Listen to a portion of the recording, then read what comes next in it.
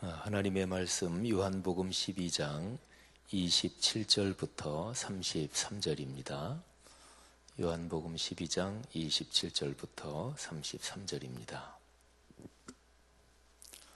자, 다 같이 봉독하지요. 지금 내 마음이 괴로우니 무슨 말을 하리요? 아버지여 나를 구원하여 이 때를 면하게 하여 주옵소서. 그러나 내가 이를 위하여 이 때에 왔나이다. 아버지여 아버지의 이름을 영광스럽게 하옵소서 하시니 이에 하늘에서 소리가 나서 이르되 내가 이미 영광스럽게 하였고 또다시 영광스럽게 하리라 하시니 곁에 서서 들은 무리는 천둥이 울었다고도 하며 또 어떤 이들은 천사가 그에게 말하였다고도 하니 예수께서 대답하여 이르시되 이 소리가 난 것은 나를 위한 것이 아니요 너희를 위한 것이니라. 이제 이 세상에 대한 심판이 이르렀으니 이 세상의 임금이 쫓겨나리라.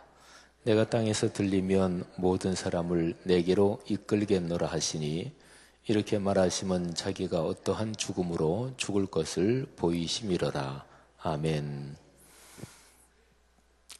요한복음은 마태, 마가, 누가복음하고 여러 가지 점에서 다릅니다.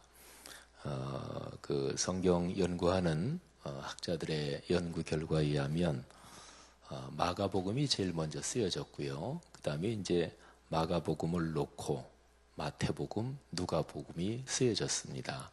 그래서 이 세 개 복음서는 이제 마태복음서를 쓰신 분은 제자 마태는 이제 마가복음서가 이미 있었고, 그 다음에 이제 자신도 이제 사도였죠. 예수님 다니면서 겪었던 일, 또 예수님께 들었던 가르침, 이런 거를 또 자신도 가지고 있었죠.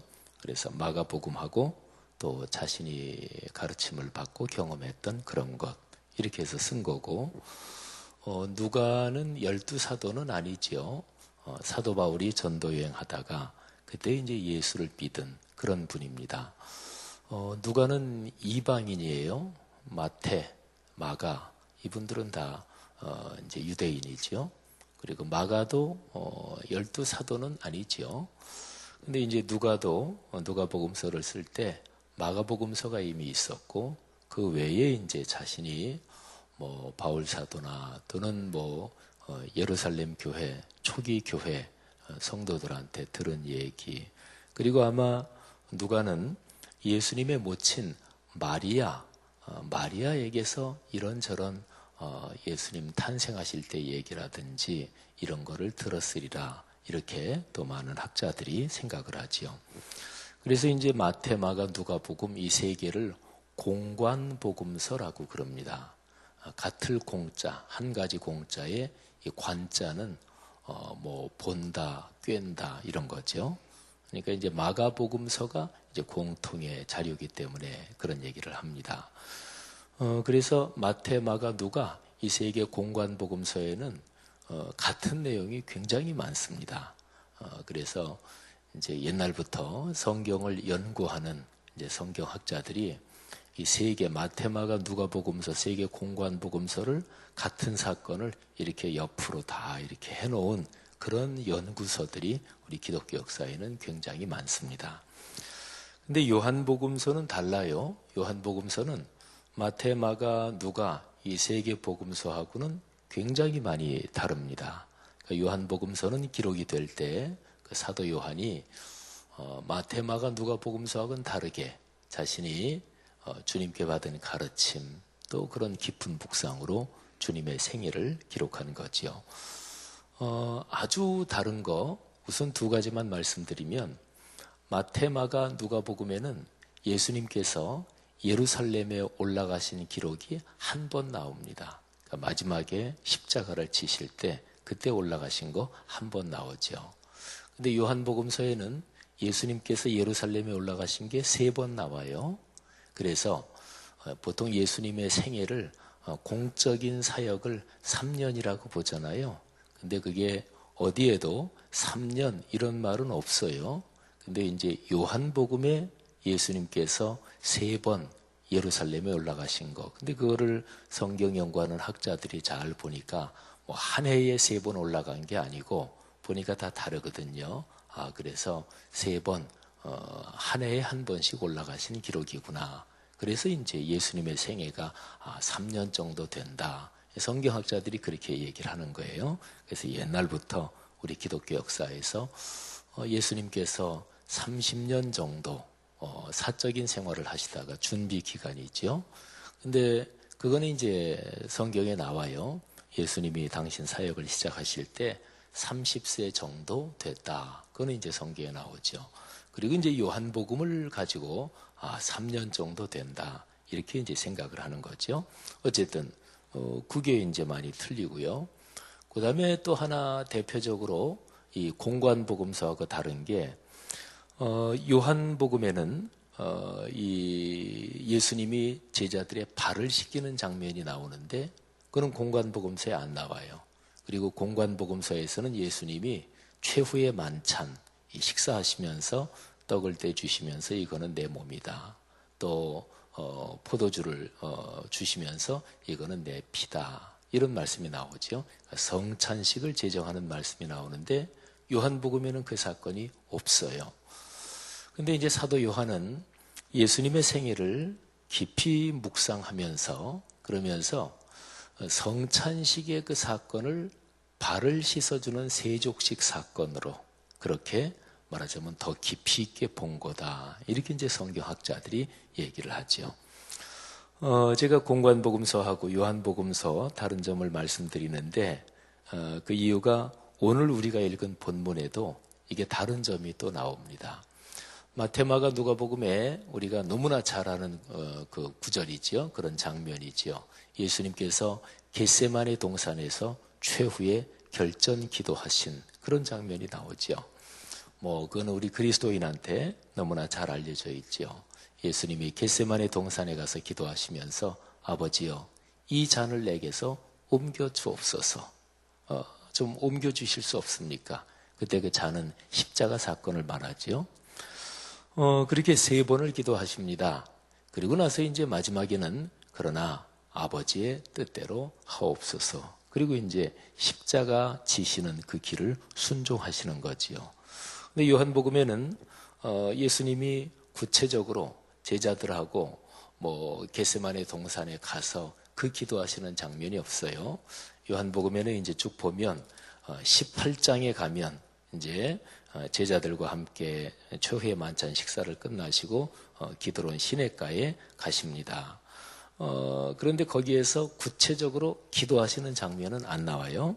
근데 요한복음에서 예수님께서 자신의 십자가를 앞에 놓고 고민하시는 그 장면이 이제 나옵니다. 그게 바로 오늘 우리가 읽은 부분이에요.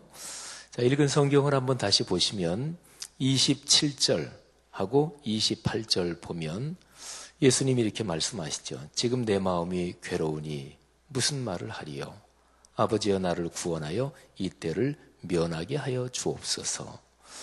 이게 바로 이제 십자가를 앞에 놓고 사람이신 예수님이 고뇌하시고 고통스러워 하시는 거죠. 우리 기독교 신앙에서 예수 그리스도는 완전한 하나님이시고 동시에 완전한 사람이십니다.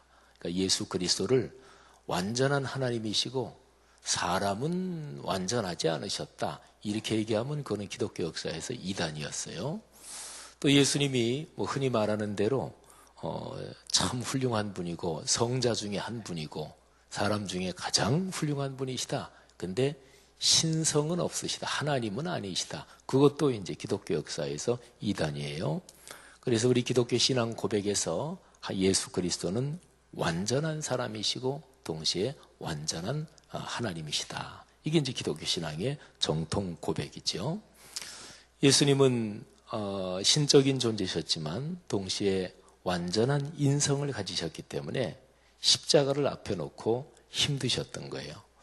근데 십자가를 앞에 놓고 힘드셨다, 이게 십자가 처형의 그 모든 물리적인 또 신체에 가해지는 그 무시무시한 고통, 이것 때문에만 힘드셨다, 그건 아닙니다. 인류 역사에 보면 자신이 죽임을 당하면서 죽는 자리에서 아주 태연하고 또 자연스럽게, 그리고 다른 사람이 볼 때 야, 어쩌면 저렇게 죽음을 맞이할 수 있는가, 그런 사람들이 많아요. 많습니다. 남을 위해서 죽는 사람, 또 부모가 자식을 위해서 희생한다든지, 또는 올바른 사상을 위해서 자기의 목숨을 던진다든지, 대의를 위해서 자기의 목숨을 초계처럼 던진다든지, 그런 사람은 인류 역사에 많습니다. 가장 대표적으로 죽음의 자리에서 아주 막 고뇌하고 몸부림을 하신 이 예수 그리스도하고 대조되는 사람으로서 흔히 소크라테스를 얘기하죠. 소크라테스가 체포돼서 이제 감옥에 갇혀서 사형을 당하는데 독약을 마시고 사형을 당했다 그러죠. 근데 이 소크라테스를 제자들이 탈출시키려고 했어요. 근데 소크라테스가 뭐 그런 얘기 흔히 하죠. 야, 악법도 법이다. 뭐 그러면서 탈출하기를 거부하고, 그리고 이제 나중에 그 독약을, 사약을 마시고 그렇게 처형을 당하는데 약을 태연하게 마시고 그 감옥 안을 왔다 갔다 하면서, 그러면서 태연하게 그렇게 죽었다 그러죠. 그리고 뭐 자기가 신전에 뭐 바치기로 했는데 그거 내가 참 깜빡 잊었네. 그러면서 제자들한테 그거 좀 대신 바쳐달라고 그러고, 그러고서 이제 그렇게 죽었다 그러죠. 죽음을 맞이하는 그런 사람의 자세로서 참 태연하게 그렇게 죽음을 맞이한 거죠. 근데 그런 사람이 로마에도 많습니다. 그거는 로마의 그 스토아 철학이라는 그런 것 때문에, 스토아 철학에서는 죽음을 이렇게 얘기해요. 죽음을 그렇게 슬퍼하지 말아라. 죽음은 연극이 진행되는데, 예를 들어서 3막짜리 연극이다. 근데 어떤 배우가 배역을 맡았어요. 근데 그 배우의 배역이 1막에서 끝납니다. 그러면 1막에서 내 배역을 맡고 끝나서 무대에서 내려오는 거다. 그게 죽음이다. 그건 자연스러운 거다. 뭐 이런 얘기나, 아니면은 나뭇잎이 이제 가을이 되면 낙엽이 지잖아요. 그래서 제가 달려 있고 또 거기에서 햇빛도 받고 그 역할을 다 하다가 거기에서 이렇게 자연스럽게 떨어지는 죽음이라는 게 그런 거다. 이게 스토아 철학의 가르침이었어요. 예수님 당시에 활동하실 당시에 로마에 있었던 아주 고상하고 고매한 그런 철학 중에 하나였습니다. 로마의 황제였던 마르쿠스 아우렐리우스라는 그 황제는 아주 깊은 사상을 가진 스토아 철학자이기도 했고, 그래서 그 마르쿠스 아우렐리우스가 쓴 명상록이 요즘도 서점가에 가면 아우렐리우스의 명상록 하면 있어요. 그리고 뭐 톨스토이의 인생론 뭐 이런 것처럼 읽으면 참 좋은 책입니다. 스토아 철학이라는 것은 우리 기독교 사상은 아니지만 일반적인 인간의 사상 가르침 중에서 괜찮고 품이 있는 그런 철학이었어요. 자, 그러면 한번 생각해 보세요. 소크라테스도 또 수많은 사람들이 예수님 당시에 기독교 신앙을 안 가지고 있었던 그런 사람들이 그렇게 그냥 태연하게 죽음을 맞이했는데, 예수님은 십자가의 죽음 앞에서 이토록 몸부림을 하신단 말이에요. 근데 그건 왜 그랬을까요? 그거는 당신이 십자가에 고통을 당할 그 물리적인 고통 때문에 그러셨을까요? 그것만은 아닙니다. 소크라테스의 죽음은 사상을 위한 죽음이요, 또 자기의 신념을 위한 죽음일 수 있겠죠. 그러나 예수 그리스도의 죽음은 인류의 죄를 다 짊어지시고 십자가에서 돌아가시는 거죠. 예수님 사셨던 그 당시에 동시대 사람의 죄만이 아니고 창세기에 아담과 하와가 범죄한 그 죄부터, 그리고 예수 그리스도께서 다시 재림하시고 그때까지 살 모든 인류의 죄를 한꺼번에 다 지시고 예수께서 십자가에서 돌아가신 거예요. 예수 그리스도 그분의 십자가의 그 처형에는 온 인류의 죄가 한꺼번에 다 그분에게 짐지워진 거지요. 그게 이제 바로 예수님이 겟세마네 동산에서, 그리고 오늘 요한복음의 말씀으로 하면 12장 27절 그리고 28절 여기에 있는 이 고뇌다, 이렇게 얘기할 수 있습니다. 요한복음에는 쭉 읽다 보면 이런 표현이 많이 나와요. 내 때가 아직 이르지 않았다, 이런 표현이 많이 나와요. 대표적으로 하나 말씀드리면 갈릴리 가나에 거기 잔치집에 가셔서 물을 포도주로 변하게 하시죠. 근데 그때 예수님의 모친 마리아가 잔치집인데 포도주가 떨어졌단 말이에요. 그래서 아드님 예수에게 말하지요. 예, 그 포도주가 떨어졌다. 그러면서 이제 마리아는 아들 예수가 뭐라도 좀 이렇게 해주기를 바라는 거, 어떻게 조치를 좀 해주기를. 근데 그때 예수님이 마리아에게 하는 얘기가 있죠. 내 때가 아직 이르지 않았습니다. 요한복음에는 1장 지나고 2장에서 바로 이 얘기가 나와요. 그리고 중간중간 몇 번 나옵니다. 뭐 예수님이 막 체포되시고 또 그 당시에 종교 지도자들에게 박해를 받고 막 체포되시고 뭐 이럴 상황인데 예수님이 거기를 피해 가십니다. 그러면서 거기에 기록되기를 내 때가 아직 이르지 않았기 때문이다. 뭐 이런 표현이 나오는 거죠. 근데 요한복음 12장에 보면 예수님께서 드디어 내 때가 이르렀다. 드디어 때가 왔다. 이렇게 말씀하십니다. 오늘 우리가 묵상하는 말씀, 그 앞쪽에 말씀이 있지요. 예수님이 한번 그 명절에 예루살렘에 계시는데 예루살렘에 올라온 어떤 이방인이죠. 헬라인, 뭐 이스라엘 사람들은 자기들 유대인 빼고는 다 이방인이라고 불렀고 이방인 또는 헬라인 같은 말이에요. 근데 헬라인 몇 사람이 예수님을 좀 뵀으면 좋겠다 하고 찾아와요. 그래서 제자들을 통해서 예수님을 찾아옵니다. 근데 그때에 예수님께서 말씀하십니다. 인자가 영광을 얻을 때가 왔도다. 그러니까 예수님이 세상에 오신 목적은 유대인들만을 위해서 오신 게 아니고 온 인류의 구원을 위해서 오신 건데 그게 이제 상징적으로 시점이 헬라인 몇 사람이 예수님을 찾아온 거 그걸 보고서 드디어 이제 온 세계 모든 사람을 향한 구원의 문이 드디어 열리는 거지요. 예수님은 그 시작 또는 기초, 토대 이거를 완성해 놓으시는 거지요. 그리고 그 이후의 모든 사역은 교회 공동체가 그 사명을 감당하는 거죠.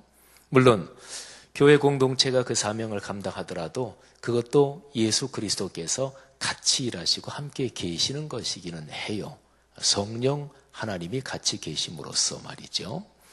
어쨌든 그래서 12장 23절에 보면 예수님께서 말씀하십니다. 인자가 영광을 얻을 때가 왔도다. 그러니까 요한복음의 전체 이야기의 흐름에서 이 12장이 아주 중요한 거죠. 그리고 이제 오늘 이야기가 이어지는 거죠. 예수님이 드디어 십자가 지실 때가 왔습니다. 근데 이 십자가는 양면을 가지고 있습니다. 예수님이 완전한 사람이시기 때문에 예수님은 십자가를 앞에 놓고 고뇌하셨습니다. 그게 이제 27절에서 내 마음이 괴로우니 내가 참 힘들다. 공간복음서에서 그 예수님께서 베드로, 야고보, 요한 세 제자를 데리고 더 깊은 기도의 자리까지 들어가시면서 세 제자에게 당신의 심정을 토로하시죠. 내 마음이 죽을 정도로 힘들다. 그게 이제 공간복음서에서 죽게 되었으니 뭐 이런 거예요. 참 내가 지금 힘들다. 같이 기도해 다오. 이렇게 말씀하시죠. 근데 여기 요한복음에서는 내 마음이 괴로우니 무슨 말을 하리요. 공간복음서에서는 이 잔을 내게서 옮겨 주십시오. 근데 여기 요한복음서에서는 아버지여 나를 구원하여 이 때를 면하게 하여 주옵소서.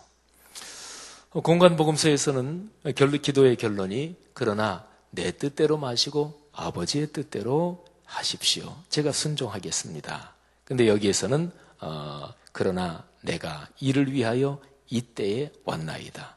아버지와 아버지의 이름을 영광스럽게 하옵소서. 27절 후반부하고 28절 전반부 요 내용이 공관복음서의 표현으로 하면 그런 거예요. 내 뜻대로 마시고 아버지의 뜻대로 하옵소서. 하나님께서 응답을 하셔요. 하늘에서 소리가 납니다. 자, 하늘에서 나는 소리, 내가 이미 영광스럽게 하였고 또다시 영광스럽게 하리라. 이미 영광스럽게 하였고 그거는 예수님의 3년의 공적 생애 또는 준비 기간인 30년의 삶과 3년의 공적 생애 그 모든 예수님의 지상의 삶에서 하나님이 이미 영광스럽게 했다. 그런데 또다시 영광스럽게 할 것이다. 내가 이제 십자가의 길을 걸어가고 부활을 거쳐서 진행되는 모든 일을 통해 내가 너를 영광스럽게 한다 하는 것이지요. 사랑하신 여러분, 우리 그리스도인의 신앙은 예수 그리스도를 닮아가는 것이고 또 예수 그리스도를 따라가는 것이지요. 특별히 지난 주간에 우리 귀한 강사님 통해서 예수님 닮게 하소서 이런 주제로 6번의 말씀을 들었습니다. 예수님께서 이런 말씀을 하십니다. 누구든지 나를 따르려거든 자기를 부인하고 자기 십자가를 지고 나를 따를 것이다. 근데 그게 26절, 우리가 오늘 읽기 시작한 그 한 절 전에 보면 이런 말씀이 있어요. 사람이 나를 섬기려면 나를 따르라. 나 있는 곳에 나를 섬기는 자도 거기 있으리니. 예수님 계신 곳이 어딘가요? 그게 바로 제일 중요한 거 한 가지를 얘기하면 십자가, 그리고 십자가의 고난을 거쳐 부활에 이르는 길이지요. 그러니까 예수님을 섬기는 자, 예수님을 따르는 자는 예수님이 계신 곳에 그도 있어야 합니다. 이건 아주 단순한 얘기인데요. 예수님 따라가는데 예수님이 쭉 가는데 예수님 저는 거기는 가기 싫어요. 나중에 어디서 만납시다. 그럴 수 없는 거죠. 따른다는 게 뭐예요? 그분이 가는 거 계속 같이 가는 거잖아요. 그렇죠? 근데 예수님은 십자가를 거쳐 그리고 부활의 영광이 이르시는 그 길을 가십니다. 같이 따라가는 게 바로 그리스도인의 삶인 거지요. 하나님께서 예수 그리스도의 삶을 통해 그리스도인이 따라갈 길을 보여주시는 거지요. 특별히 오늘 말씀에서 이 때를 면하게 하여 주십시오. 그런데 동시에 제가 이를 위하여 이 때에 왔습니다. 저는 이 말씀을 묵상하면서 구약 성경 에스더서의 말씀이 생각이 났습니다. 이스라엘 백성이 전부 다 몰살당할 위기에 있을 때 에스더는 왕비의 신분에 있었죠. 근데 에스더의 삼촌 모르드게가 자기 조카 에스더, 왕후가 된 에스더에게 너 황제에게 가서 우리 민족을 구원해 달라고 얘기해라. 근데 그 당시에 관습으로 황후라고 해도 황제가 부르기 전에 황제 앞에 나가면 황제가 받아주면 괜찮지만 그렇지 않으면 죽을 수도 있습니다. 그때 했던 유명한 말이 있잖아요. 내가 죽으면 죽으리이다. 근데 그때 삼촌 모르드게가 에스더에게 하는 말이 이거죠. 내가 왕후가 된 것이 이때를 위함인지 누가 아느냐. 사랑하신 여러분, 가만히 생각해 보세요. 사람은 자연스러운 본능으로 또 그냥 편하게 이렇게 사람의 본성으로 하면 고통을 좋아하는 사람은 없습니다. 불이익을 좋아하는 사람은 없습니다. 그거는 다 싫어하죠. 다 피하고 싶어 하죠. 그래서입니다. 그리스도인답게 살려면 보통의 통상적인 시각으로 보면 그리스도인답게 못 살아요. 기독교인의 신앙이 기복적인 신앙으로 나만 복받고 나만 잘 살겠다는 신앙으로 변질되는 이유가 그것입니다. 그래서 우리가 살아가면서 일상에서 예수 그리스도의 눈으로 봐야 돼요. 하나님의 마음으로 봐야 돼요. 그래야 우리는 그리스도인답게 살 수가 있는 거지요. 사랑하신 여러분, 오늘 주님께서 공관복음서에서 나오는 겟세마네의 기도 장면을 요한복음에서 표현한 이 말씀을 통해서 예수 그리스도의 길을 다시 한번 따라가는 우리 모두가 되기로 결단하기를 바랍니다. 그리고 그 길은 십자가와 그리고 십자가를 통한 부활의 길인 거죠. 아주 중요한 것이 하나 있습니다. 예수님께서 오늘 이 말씀에서 이런 말씀을 하시죠. 30절인데요. 이 소리가 난 것은 나를 위한 것이 아니요 너희를 위한 것이다. 자, 하늘에서 소리가 들렸잖아요. 내가 이미 영광스럽게 했다. 그리고 또 영광스럽게 한다. 이 말은 하나님 아버지가 아버지 하나님이 아들 성자 예수 그리스도에게 하신 말씀이지요. 근데 곁에 서서 들은 사람들은 그 말 내용은 알지 못했어요. 근데 무슨 소리가 들리긴 들렸어요. 그래서 천둥이 울었다. 또는 천사가 예수님에게 말씀하셨나 보다. 그냥 이 정도로 내용은 모르고. 근데 예수님이 하시는 거예요. 이 소리가 나를 위한 게 아니다. 너희를 위한 것이다. 이게 무슨 얘기입니까? 분명히 여기 문맥에는 하나님 아버지는 아들 예수 그리스도에게 말씀하셨잖아요. 근데 예수 그리스도께서 영광을 받으시는 십자가 사건을 통한 부활의 영광, 이게 궁극적으로는 세상 사람들을 위한 것이래요. 여러분, 예수 그리스도는 당신이 길을 걸어가시면서 늘 언제도 잊지 않고 있었던 것이 당신이 가진 소명이었습니다. 그 소명은 인류를 구원하시기 위한 것이었죠. 사람들을 위한 것이었죠. 당신이 이 세상에 오신 목적을 언제나 시야에서 놓치지 않았습니다. 그래서 자신이 가장 괴롭고 가장 고뇌하던 그 순간에도 내가 세상에 온 목적이 이거지. 내가 지금 여기 있는 목적, 그거를 잃어버리면 안 되지. 그러니까 가장 힘들고 가장 고뇌할 때, 그때에도 당신이 세상에 오신 그 목적을 잃지 않았어요. 그거를 정확하게 바라보셨어요. 그래서 그 소리를 듣고 이 소리는 너희를 위한 것이다. 이렇게 말씀하신 거죠. 사랑하신 여러분, 그리스도인으로 살아가면서 우리는 가정에서는 남편과 아내, 부모와 자녀, 또는 회사에서 사업을 하시는 분도 있고 직원으로 다니시는 분도 있고 또 사회적인 여러 대인관계, 또 교회 공동체 안에서 또 구역장, 부구역장, 성가대, 교사 여러 직분들을 맡고 계시잖아요. 내가 존재하고 내가 살아가는 근본적인 목적이 무엇입니까? 하나님께서 나를 부르신 목적이 무엇입니까? 예를 들면 가장 또는 남편, 아버지, 만일에 이렇다면 남자로 얘기한다면 여러 가지로 힘들다 그럴 때, 그런데 그 힘들 때 가장이 필요한 거지, 그 힘들 때 아버지가 필요한 거지, 그렇잖아요. 모든 게 다 술렁술렁 잘 되면 그건 누구나 다 그 자리에 있을 수 있지요. 어머니 또는 아내로 얘기한다면 역시 또 마찬가지 아니겠습니까? 교회 공동체에서 내가 맡은 직분에서 내가 교사로 봉사하면서 이렇게 저렇게 하면서 그냥 다 봉사하는 게 행복하고 모든 게 다 잘 될 때, 근데 이게 문제가 생길 때, 그때 그거를 위해서 그 직분에 있는 거 아니겠어요? 특별히 이제 여름 행사, 여름 성경학교, 또 수련회 교육기관들 하는데 참 그 교사로 봉사하시는 분들은 굉장히 큰 헌신을 하시는 거예요. 특별히 한국 직장에 1년 중에 휴가가 많기는 하나요? 기껏해야 다 2주일이고 또 요즘 직장들이 좋은 직장은 좀 더 많은 직장도 있지만, 근데 보통 교회 학교 교사 이런 거 하시는 분들은 1년에 있는 그 휴가를 그냥 아이들하고 봉사하는데 그런 데 다 쓰잖아요. 다른 분들도 마찬가지죠. 해외 단기 선교 가시는 분들도 마찬가지고. 근데 그때를 위해서 연중에서 여름 그 수련회, 여름 성경학교는 연중 신앙교육에서 가장 비중이 큽니다. 1년의 모든 신앙교육의 분량으로 본다면 적어도 3분의 1 이상, 어떨 때는 거의 절반 가까이 돼요. 저는 고등학교 1학년 때부터 신앙생활을 시작했는데, 저도 생각해 보면 고등학교 시절에 수련회 가서 그 받은 감동, 그게 제 인생 살아오는데 굉장히 커다란 토대가 됐습니다. 그러니까 그때를 위해서 교사가 있는 거죠. 그냥 편하고 그럴 때 그냥 하다가 중요한 일이 있을 때 빠지고 그러면 그건 소명이 없는 거죠. 사랑하신 여러분, 우리 각자가 서 있는 삶의 자리, 그 모든 일에서 내가 맡은 소명이 무엇인지 늘 시야에서 잃어버리지 마시고 그 소명을 잘 감당해서 하나님이 주시는 복 넉넉하게 체험하시기를 주의 이름으로 축복합니다.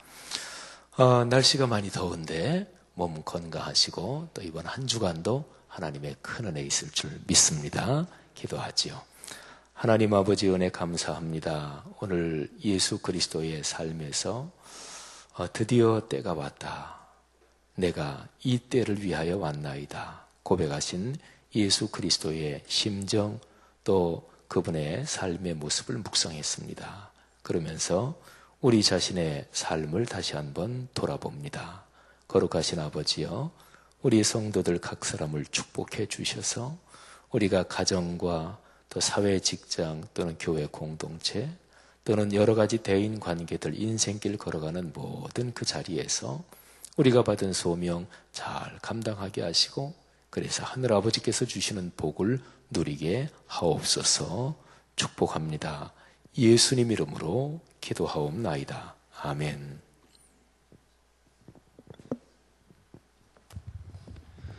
귀한 말씀 감사드립니다. 우리 공동기도문 7번 말씀삼 공동체 우리 함께 기도하겠습니다. 제가 먼저 하겠습니다. 말씀과 삶이 어우러져야 참된 부흥이 일어나는 것을 믿습니다. 우리 허물과 연약함을 겸허하게 고백하며 말씀을 사모합니다. 진리의 말씀, 성경에 약속된 하나님의 부흥을 기다립니다.